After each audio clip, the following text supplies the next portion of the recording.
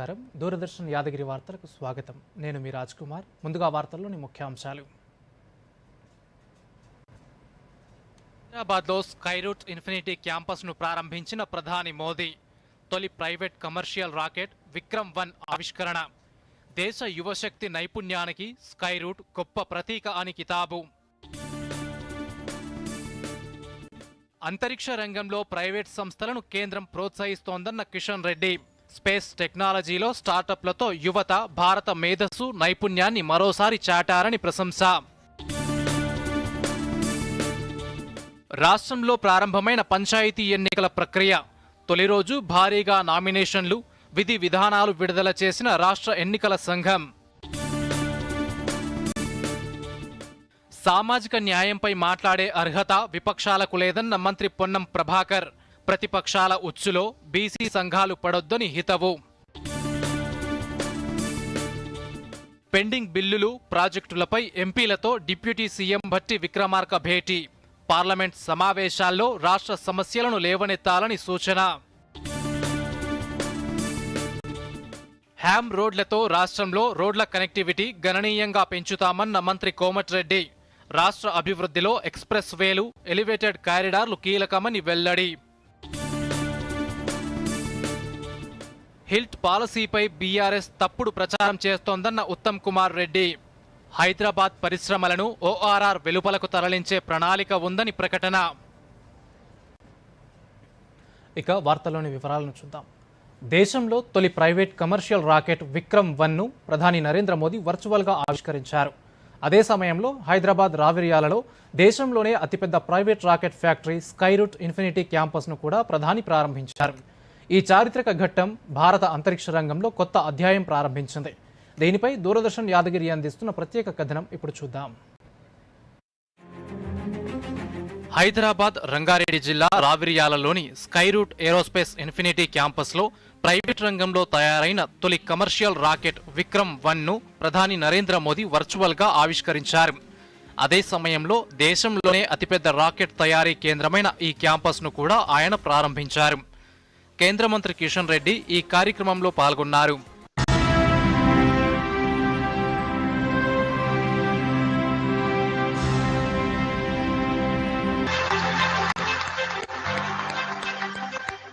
ఈ సందర్భంగా వర్చువల్ ప్రసంగంలో ప్రధాని మోదీ మాట్లాడుతూ స్కైరూట్ బృందానికి అభినందనలు తెలిపారు. అంతరిక్ష రంగంలో ఇది ఒక గొప్ప మైలురాయి అని కొనియాడారు. భారత యువశక్తి నైపుణ్యానికి స్కైరూట్ గొప్ప ప్రతీక అని వ్యాఖ్యానించారు. భారత అంతరిక్ష రంగంలో భవిష్యత్తులో మరిన్ని ఘనతలు సాధిస్తుందని ఆశాభావం వ్యక్తం చేశారు. స్కైరూట్ విజయం భారత యువశక్తికి స్ఫూర్తినిస్తుందని పేర్కొన్నారు. సైకిల్పై రాకెట్ మోసుకెళ్లిన స్థితి నుంచి మన ప్రస్థానం ప్రారంభమైందని గుర్తు చేశారు.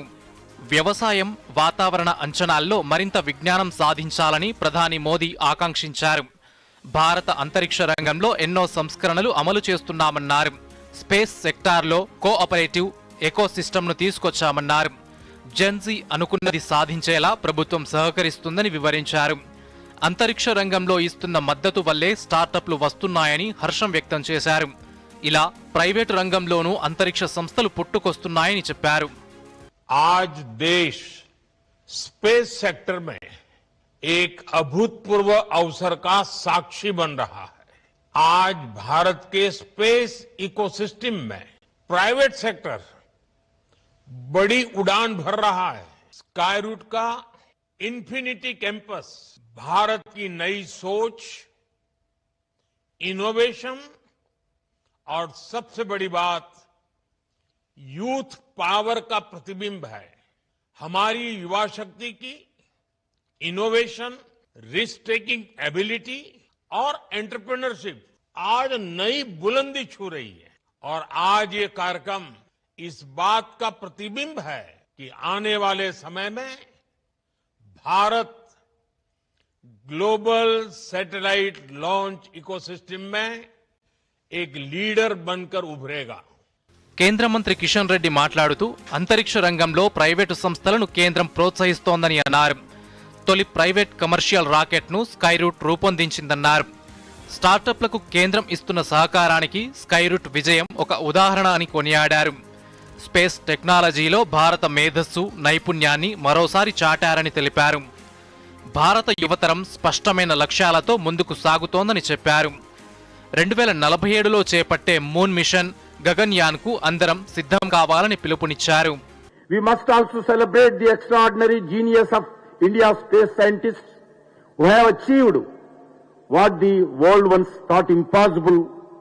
They built the Mangalyaan, the cheapest Mars mission over the cost of lower than many Hollywood movies, even telefilms also.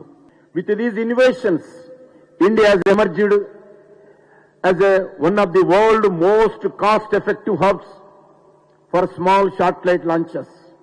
Cycle మీద రాకెట్ మోసుకెళ్లిన రోజుల నుంచి తొలి ప్రైవేట్ కమర్షియల్ రాకెట్ ఆవిష్కరణ వరకు భారత అంతరిక్ష ప్రయాణం ఎంతో దూరం వచ్చేసింది. స్కైరూట్, విక్రమ్-1, ఇన్ఫినిటీ క్యాంపస్ ఇవి భారత యువత సత్తా చాటుతున్న నిదర్శనాలు. ఆత్మనిర్భర భారత్, వికసిత భారత్ లక్ష్యాలకు ఈ విజయాలు బలమైన మెట్టు. రాబోయే రోజుల్లో భారత్ మరిన్ని ఘనతలు సాధించాలని ఆశిద్దాం. Bureau report, Doordarshan news. దేశంలో తొలి ప్రైవేట్ ఆర్బిటాల్ రాకెట్ విక్రమ్-1 ఆవిష్కరణ భారత అంతరిక్ష చరిత్రలో గొప్ప అధ్యాయమని వ్యోమగామి శుభాంశు శుక్లా అన్నారు. ఇటీవల ఇంటర్నేషనల్ స్పేస్ స్టేషన్ యాత్రను విజయవంతంగా పూర్తి చేసిన శుక్లా హైదరాబాద్ రావిర్యాలలో నిర్వహించిన స్కైరూట్ ఏరోస్పేస్ ఇన్ఫినిటీ క్యాంపస్ ప్రారంభోత్సవానికి హాజరయ్యారు. ఈ సందర్భంగా దూరదర్శన్తో మాట్లాడుతూ యువత ఏరోస్పేస్, ఆస్ట్రోనాట్ రంగాల్లో ఉన్న అవకాశాలను సద్వినియోగం చేసుకోవాలని సూచించారు. అంతర్జాతీయ అంతరిక్ష కేంద్రం నుంచి భారత్ చాలా అందంగా కనిపించిందని చెప్పారు.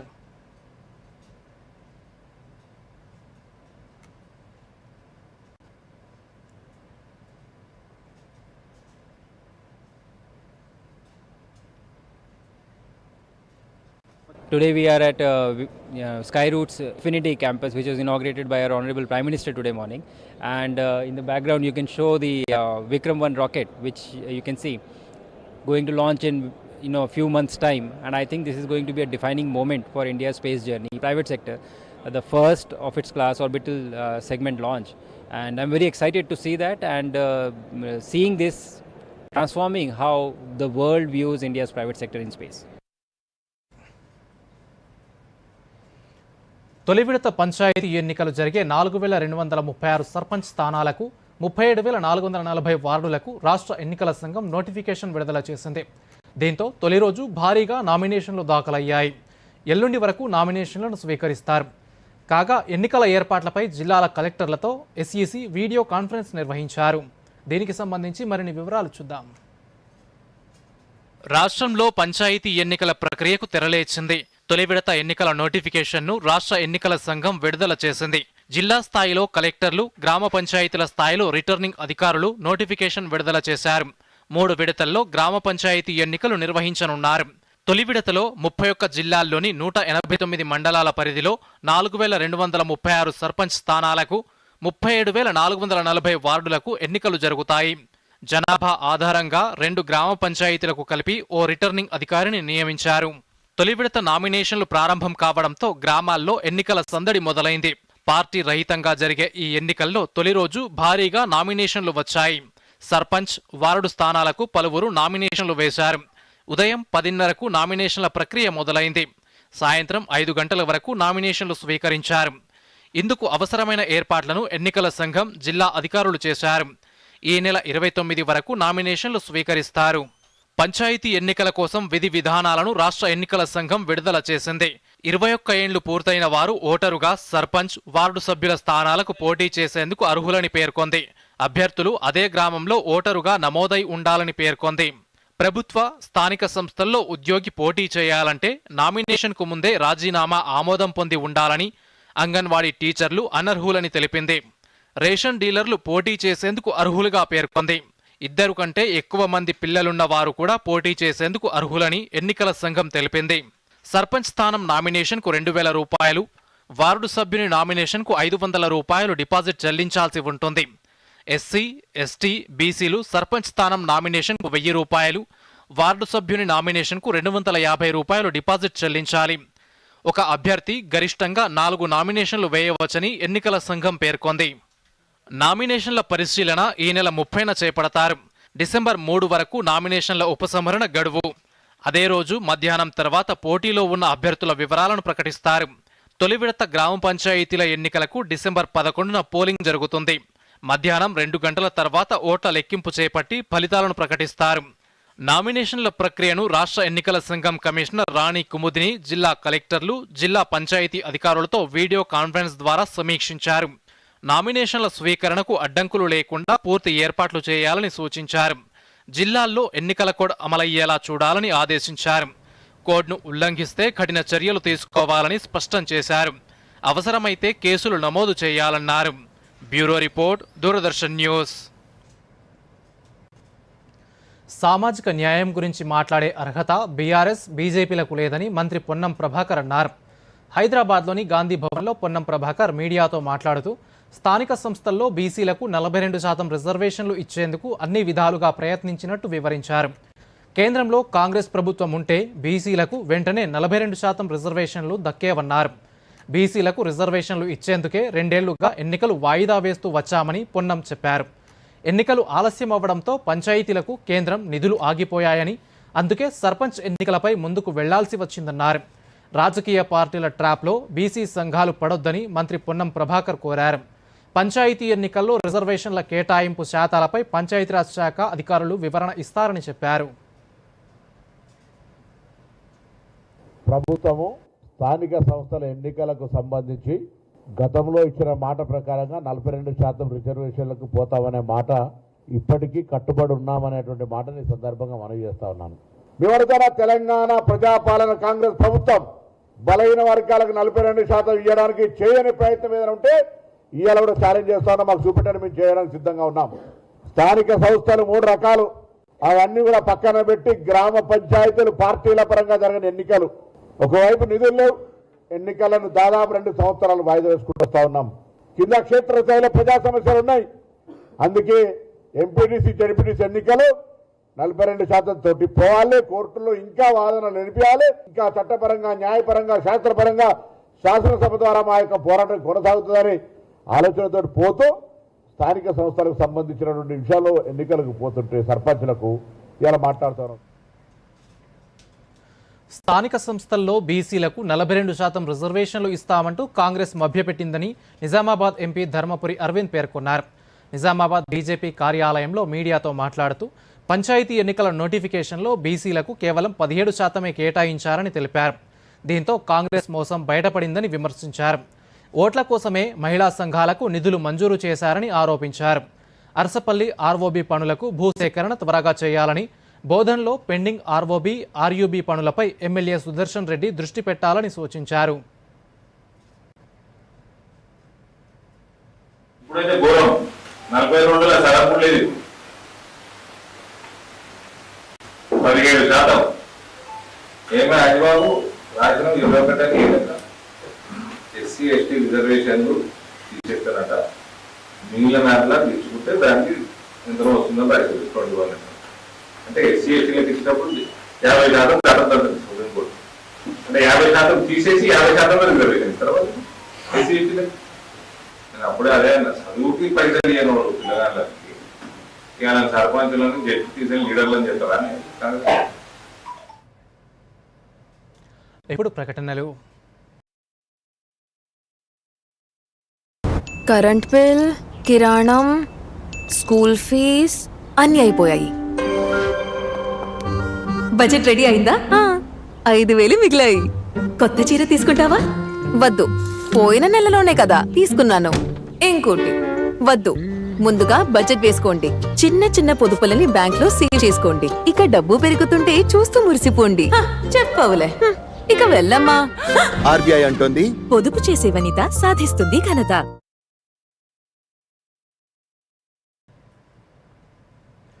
వార్తలకు పునఃస్వాగతం. తెలంగాణ ప్రభుత్వం జారీ చేసిన జీవో 46ను సవాల్ చేస్తూ దాఖలైన పిటిషన్పై హైకోర్టు విచారణ చేపట్టింది. రాష్ట్రంలో పంచాయతీ ఎన్నికల రిజర్వేషన్లపై ప్రభుత్వం జీవో 46ను జారీ చేసింది. ఈ నేపథ్యంలో వెనుకబడిన కుల సంఘాలు న్యాయస్థానంలో పిటిషన్లు దాఖలు చేశాయి. పిటిషనర్ల తరపున న్యాయవాది సుదర్శన్ వాదనలు వినిపించారు. అత్యవసర పిటిషన్ కింద విచారణ జరపాలని కోరారు. అత్యంత వెనుకబడిన కులాలకు రిజర్వేషన్లు కేటాయించాలని న్యాయస్థానం దృష్టికి తీసుకెళ్లారు. బీసీలలో ఏబీసీడీ వర్గాల ఆధారంగా రిజర్వేషన్లు ఇవ్వాలన్నారు. వాదనలు విన్న సీజే ధర్మాసనం శుక్రవారం విచారణ జరుపుతామని పేర్కొంది.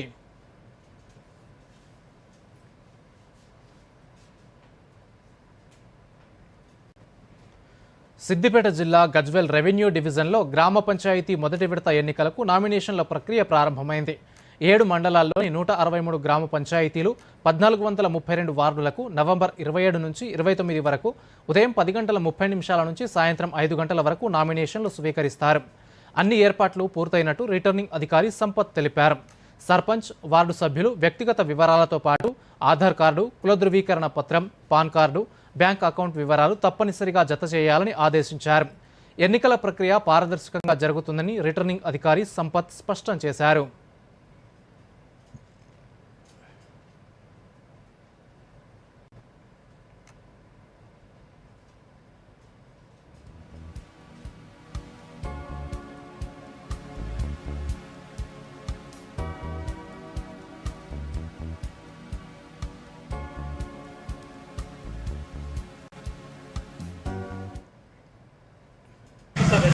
ఈసారి స్థానిక సంస్థల ఎన్నికల్లో భాగంగా 3 విడతలుగా మనకు ఎన్నికల ప్రక్రియ అనేది ఉంటుంది.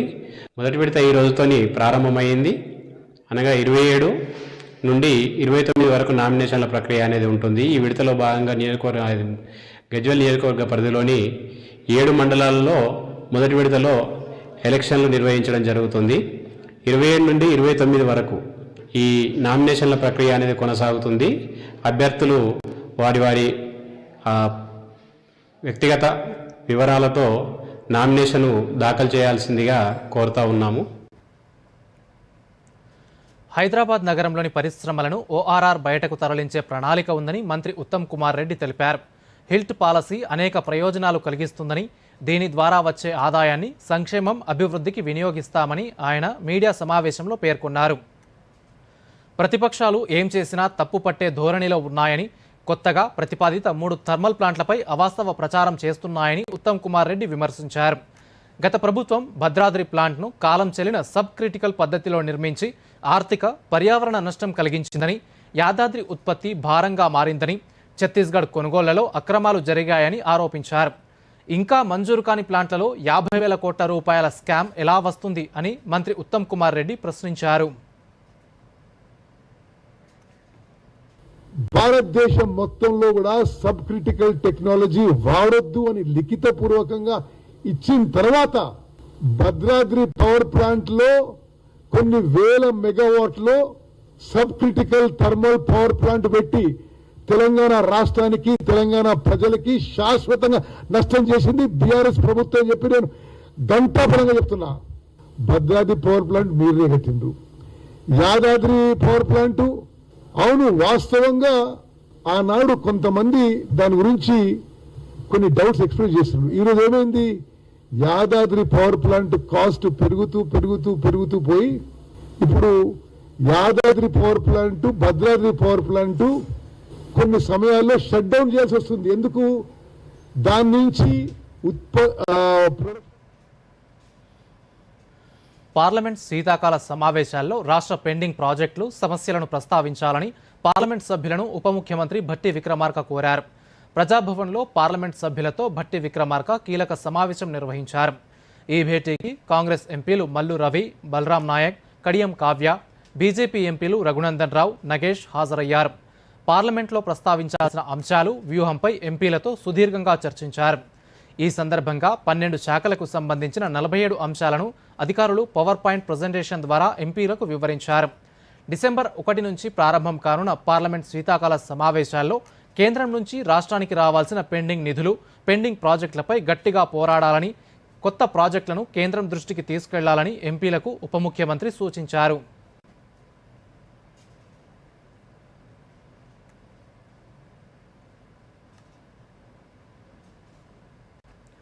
రాష్ట్ర పురోగతిలో రోడ్లు, భవనాల శాఖది కీలక పాత్ర అని మంత్రి కోమటిరెడ్డి వెంకటరెడ్డి పేర్కొన్నారు. హైదరాబాద్ ఎర్రమంజిల్లోని R&B ప్రధాన కార్యాలయంలో విజన్ 2047పై సమీక్షించారు. సమావేశంలో మంత్రి Vakiti Srihari, RTC chairman Malreddy Rama Reddy, special CS Vikas Raj, R&B ENCలు, ఉన్నతాధికారులు పాల్గొన్నారు. భవిష్యత్ అవసరాలకు అనుగుణంగా ప్రతి రోడ్డుకు సంబంధించి వివరాల యాక్షన్ ప్లాన్ సిద్ధం చేయాలని అధికారులను మంత్రి కోమటిరెడ్డి ఆదేశించారు. డిసెంబర్ 8, 9వ తేదీల్లో జరిగే గ్లోబల్ సమ్మిట్లో R&B శాఖ విజన్ డాక్యుమెంట్ ప్రదర్శించాలని, అందులో ఇప్పటి వరకు భవిష్యత్తులో చేపట్టే పనుల వివరాలు ఉండాలని అధికారులకు సూచించారు. ఈ సందర్భంగా మంత్రి కోమటిరెడ్డి మాట్లాడుతూ R&B శాఖ పరిధిలో గత 2 ఏళ్లలో 1 కోటి చదరపు అడుగుల నిర్మాణాలు చేపట్టినట్టు వివరించారు. హ్యామ్ రోడ్లతో రాష్ట్రంలో రోడ్డు కనెక్టివిటీ గణనీయంగా పెంచుతామని చెప్పారు. Regional ring road, outer ring road నుంచి కనెక్ట్ చేసేలా రేడియల్ రోడ్లు తెలంగాణ ముఖ చిత్రాన్నే మారుస్తాయన్నారు. ఎక్స్ప్రెస్ వేలు, ఎలివేటెడ్ కారిడార్లు, నూతన విమానాశ్రయాలు రాష్ట్ర అభివృద్ధిలో కీలకం కానున్నట్టు మంత్రి కోమటిరెడ్డి వివరించారు.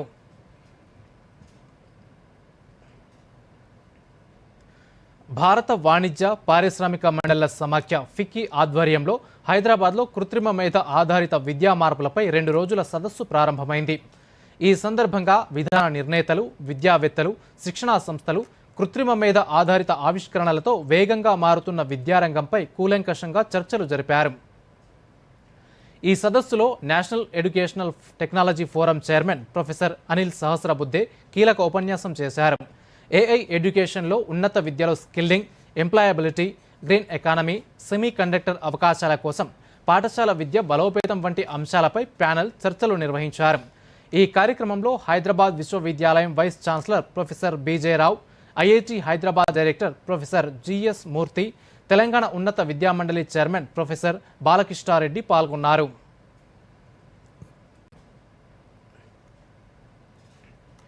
తెలంగాణ ఫోన్ ట్యాపింగ్ కేసులో సిట్ విచారణ మళ్లీ మొదలైంది. మాజీ ముఖ్యమంత్రి కేసీఆర్ OSD రాజశేఖర్ రెడ్డిని జూబ్లీహిల్స్ పోలీస్ స్టేషన్లో 2 గంటల పాటు విచారించారు. ఇటీవల హైదరాబాద్ సిపిగా బాధ్యతలు చేపట్టిన సజ్జనార్ కేసు విచారణపై ఉన్నతాధికారులతో సమీక్ష నిర్వహించి దిశానిర్దేశం చేశారు.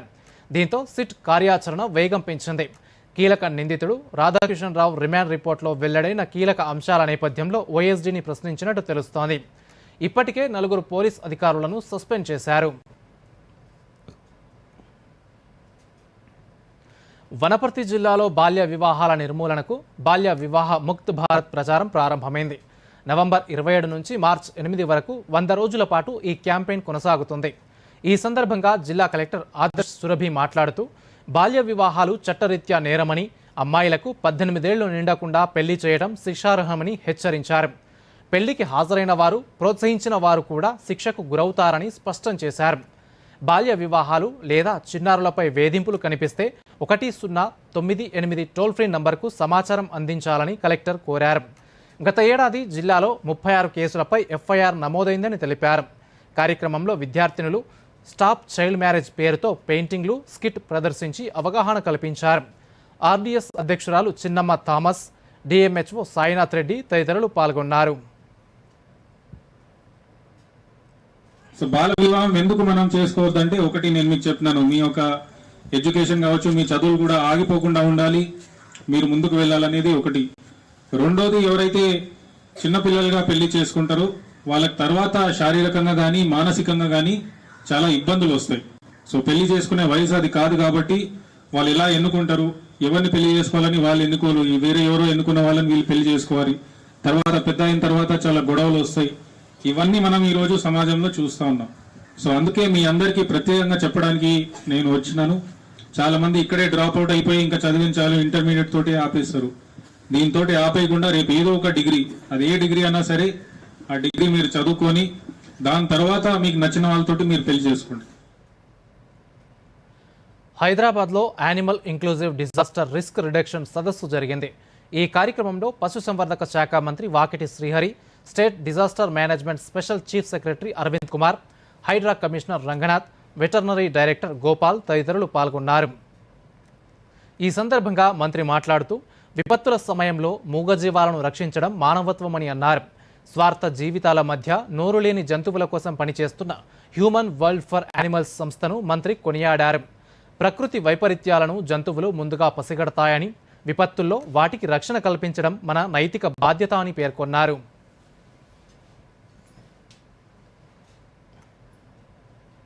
ప్రకృతి వైపర్యాల ద్వారా జరిగే నష్టం పశుపక్షాదులకు అన్నిటికి కూడా తన వంతుగా ఏమైనా చేయాలని ఒక లోతైన ఆలోచన విధానంతో హ్యూమన్ వరల్డ్ ఫర్ యానిమల్స్ అనే ప్లాట్ఫామ్ మీద వీళ్ళు పెద్ద ఎత్తున సేవ చేయాలనుకుంటున్నారు. రియల్లీ నేను వీళ్ళకి కూడా నా హృదయపూర్వక ధన్యవాదాలు తెలియజేస్తా ఉన్నా. ప్రభుత్వ పరంగా నా స్వతహాగా కూడా నేను జంతు ప్రేమికుణ్ణి. కంపల్సరీ డిజాస్టర్స్లో వచ్చేటువంటి నష్టాన్ని తగ్గించేటందుకు సేమ్ టైం నష్టం రాకుండా చూసుకునేందుకు ప్రభుత్వ పరంగా ఎంత నిర్ణయం తీసుకోవడానికి సిద్ధంగా ఉన్నాం. దానికి సంబంధించి ఒక డిపిఆర్ తయారు చేయమని చెప్పాను. నేను ఖచ్చితంగా వీరెంబడి ఉంటాం. Every year, lot of pastoral farmers who got backyard poultry or 3 or 4 cattle whose lives are dependent on those cattle are losing their livelihood, their mental well-being and emotional supports every year, and it gets like a chain and it happens every year, and you're getting into a vulnerability or non-ischemic vulnerability of disasters because of which. And this conference is a beginning to address those issues, or how we can build the disaster resilience of those people who are affected by floods every year. Ayyappa మాల ధరించిన Kanchanbagh SI కృష్ణకాంత్కు memo జారీ చేసిన ఘటనపై రాష్ట్ర వ్యాప్తంగా హిందూ సంఘాలు తీవ్ర ఆగ్రహం వ్యక్తం చేస్తున్నాయి. మెమోను వెంటనే ఉపసంహరించుకోవాలని డిమాండ్ చేస్తూ బీజేవైఎం డీజీపీ కార్యాలయం ముట్టడికి పిలుపునిచ్చింది. ఇవాళ ఉదయం వేలాది మంది అయ్యప్ప స్వాములు హైదరాబాద్లోని లక్డీ కపుల్లో ఉన్న డీజీపీ కార్యాలయం వద్దకు చేరుకున్నారు. పోలీసులు కట్టుదిట్టమైన భద్రత ఏర్పాటు చేయడంతో నిరసనకారులను లోపలికి అనుమతించలేదు. దీంతో కాసేపు ఉద్రిక్తత నెలకొంది. యూనిఫామ్పై ఆంక్షలు హిందూ మనోభావాలను దెబ్బతీస్తాయని నిరసనకారులు మండిపడ్డారు. అదే సమయంలో సౌత్ ఈస్ట్ జోన్ కార్యాలయం ఎదుట కూడా అయ్యప్ప స్వాములు పెద్ద ఎత్తున నిరసన తెలిపారు.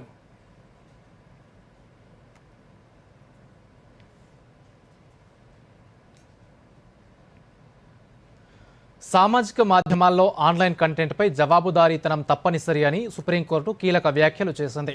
యూట్యూబర్ రణ్వీర్ అలహాబాదియా వివాదాస్పద ఎపిసోడ్ కేసు విచారణలో సిజేఐ జస్టిస్ సూర్యకాంత్ ధర్మాసనం ఈ అభిప్రాయం వ్యక్తం చేసింది. కొందరు వ్యక్తులు సొంత ఛానళ్లు ప్రారంభించి బాధ్యతారాహిత్యంగా వ్యవహరించడం సరికాదని, ఆన్లైన్ కంటెంట్కు ఎవరో ఒకరు జవాబుదారీగా ఉండాల్సిన అవసరం ఉందని పేర్కొంది. అసభ్య, దేశ వ్యతిరేక కంటెంట్ వైరల్ అయిన తర్వాత చర్యలు తీసుకోవడం కష్టమని, ముందస్తు పర్యవేక్షణ అవసరమని ధర్మాసనం ఆందోళన వ్యక్తం చేసింది. యూజర్ జనరేటెడ్ కంటెంట్ నియంత్రణకు కొత్త నిబంధనలు రూపొందించాలని కేంద్రాన్ని ఆదేశించిన సుప్రీంకోర్టు 4 వారాల్లో నివేదిక సమర్పించాలని సుప్రీంకోర్టు గడువు విధించింది. ఆధార్ కార్డు పౌరసత్వానికి ప్రూఫ్ కాదని సుప్రీంకోర్టు స్పష్టం చేసింది. చొరబాటుదారులు ఆధార్ కార్డు పొందడంపై కోర్టు తీవ్ర ఆందోళన వ్యక్తం చేసింది. పౌరులు కాని వారికి ఆధార్ ఉంటే వారికి ఓటరు హక్కు కల్పించాల్సిన అవసరం ఉందా అని ప్రశ్నించింది. ఓటర్ల జాబితా ప్రత్యేక సమగ్ర సవరణపై విచారణలో CJI justice Surya Kant, justice Joymalya Bagchi ధర్మాసనం ఆధార్ పౌరసత్వానికి రుజువు కాదని స్పష్టం చేసింది. రేషన్, సంక్షేమ ప్రయోజనాల కోసమే ఆధార్ అని, విదేశీ కార్మికులకు ఓటు హక్కు ఇవ్వకూడదని పేర్కొంది. ఫారం 6లోని వివరాలు సరియైనవో కావో నిర్ధారించే అధికారం ఈసీకి ఉందని తేల్చింది. తమిళనాడు, కేరళ, పశ్చిమ బెంగాల్లో ఎస్ఐఆర్పై పిటిషన్ల విచారణ డిసెంబర్ 1లోపు స్పందన కోరుతూ వాయిదా వేసింది.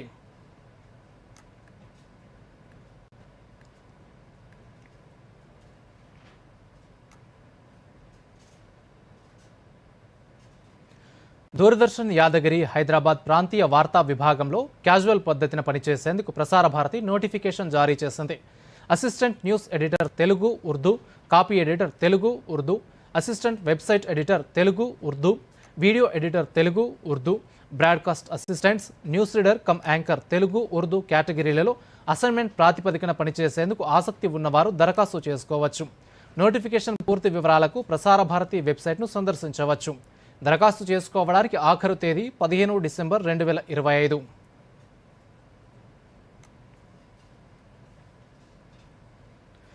దూరదర్శన్ యాదగిరి హైదరాబాద్ ప్రాంతీయ వార్తా విభాగంలో కాంట్రాక్ట్ పద్ధతిన పనిచేసేందుకు ప్రసార భారతి నోటిఫికేషన్ జారీ చేసింది. శబ్ద్ కాపీ ఎడిటర్ పోస్టుకు ఒప్పంద ప్రాతిపదికన పనిచేసేందుకు ఆసక్తి ఉన్నవారు దరఖాస్తు చేసుకోవచ్చు. నోటిఫికేషన్ పూర్తి వివరాలకు ప్రసార భారతి వెబ్సైట్ సందర్శించవచ్చు. నోటిఫికేషన్ జారీ చేసిన తేదీ నుంచి 15 రోజుల్లోపు దరఖాస్తు చేసుకోవచ్చని ప్రసార భారతి తెలిపింది. ఇక వార్తలు ముగించే ముందు ముఖ్యాంశాలు మరోసారి. హైదరాబాద్లో స్కైరూట్ ఇన్ఫినిటీ క్యాంపస్ను ప్రారంభించిన ప్రధాని మోదీ. తొలి ప్రైవేట్ కమర్షియల్ రాకెట్ విక్రమ్-1 ఆవిష్కరణ. దేశ యువశక్తి నైపుణ్యానికి స్కైరూట్ గొప్ప ప్రతీక అని కితాబు. అంతరిక్ష రంగంలో ప్రైవేట్ సంస్థలను కేంద్రం ప్రోత్సహిస్తోందన్న కిషన్ రెడ్డి. స్పేస్ టెక్నాలజీలో స్టార్టప్లతో యువత భారత మేధస్సు నైపుణ్యాన్ని మరోసారి చాటారని ప్రశంస. రాష్ట్రంలో ప్రారంభమైన పంచాయతీ ఎన్నికల ప్రక్రియ. తొలి రోజు భారీగా నామినేషన్లు, విధి విధానాలు విడుదల చేసిన రాష్ట్ర ఎన్నికల సంఘం. సామాజిక న్యాయంపై మాట్లాడే అర్హత విపక్షాలకు లేదన్న మంత్రి పొన్నం ప్రభాకర్. ప్రతిపక్షాల ఉచ్చులో బీసీ సంఘాలు పడొద్దని హితవు. పెండింగ్ బిల్లులు, ప్రాజెక్టులపై ఎంపీలతో డిప్యూటీ సీఎం భట్టి విక్రమార్క భేటీ. పార్లమెంట్ సమావేశాల్లో రాష్ట్ర సమస్యలను లేవనెత్తాలని సూచన. హ్యామ్ రోడ్లతో రాష్ట్రంలో రోడ్ల కనెక్టివిటీ గణనీయంగా పెంచుతామన్న మంత్రి కోమటిరెడ్డి. రాష్ట్ర అభివృద్ధిలో ఎక్స్ప్రెస్ వేలు, ఎలివేటెడ్ కారిడార్లు కీలకమని వెల్లడి. హిల్ట్ పాలసీపై బీఆర్ఎస్ తప్పుడు ప్రచారం చేస్తోందన్న ఉత్తమ్ కుమార్ రెడ్డి. హైదరాబాద్ పరిశ్రమలను ఓఆర్ఆర్ వెలుపలకు తరలించే ప్రణాళిక ఉందని ప్రకటన. ఇప్పుడు వార్తలు ఎక్కడైనా ఎప్పుడైనా DD న్యూస్ ఇప్పుడు మీ చేతిలో. దూరదర్శన్ యాదగిరి వార్తలు డిజిటల్ ప్లాట్ఫామ్స్ లో చూడండి. యూట్యూబ్, ఫేస్బుక్, ఇన్స్టాగ్రామ్, X మరియు వేవ్స్ లో ఫాలో అవ్వండి, లైక్ చేయండి, షేర్ చేయండి.